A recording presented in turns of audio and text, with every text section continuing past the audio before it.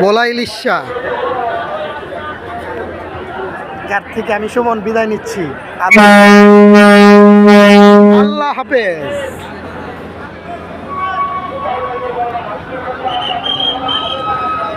দোয়েল পাখি আর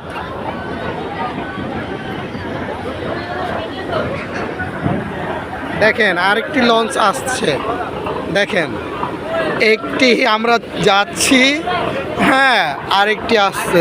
সুবহান আল্লাহ, ঢাকার থেকে লঞ্চ আসছে, সবাই দোয়া করবেন। দেখেছেন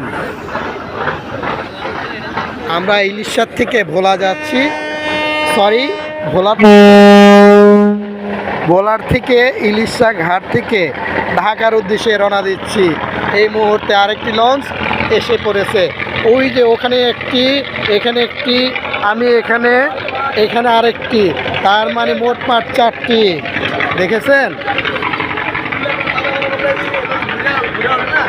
দেখেন